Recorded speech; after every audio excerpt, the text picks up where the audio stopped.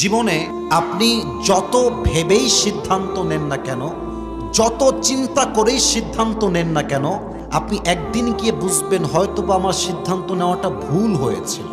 একটা সময় গিয়ে এটা ফিল হবে। হতে পারে এটা আপনার বিয়ের ক্ষেত্রে, বইয়ের ক্ষেত্রে, ব্যবসার ক্ষেত্রে, চাকরির ক্ষেত্রে।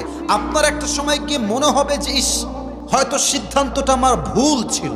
মানুষের স্বভাব কিংবা চরিত্র হচ্ছে এরকম, মানুষ যা আছে মানুষ তা দেখতে চায় না, কি তার কাছে নাই এটা নিয়ে সে অলওয়েজ ভাবতে থাকে, যে কিনা বলে। আপনার একটা সময় কি আফসোস হবে যে আমি সিদ্ধান্ত কেন নিলাম।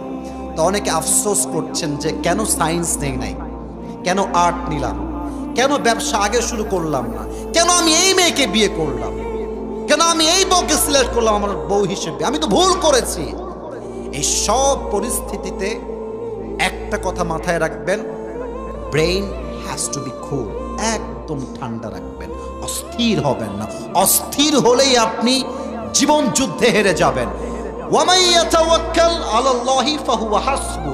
যেই বান্দা তার জীবনের সমস্ত কষ্টে, দুঃখে, হতাশায় আল্লাহর উপরে ভরসা করে, আল্লাহ বলছে আমি আল্লাহ তার জন্য একাই যথেষ্ট হয়ে যাই। সুবহানাল্লাহ।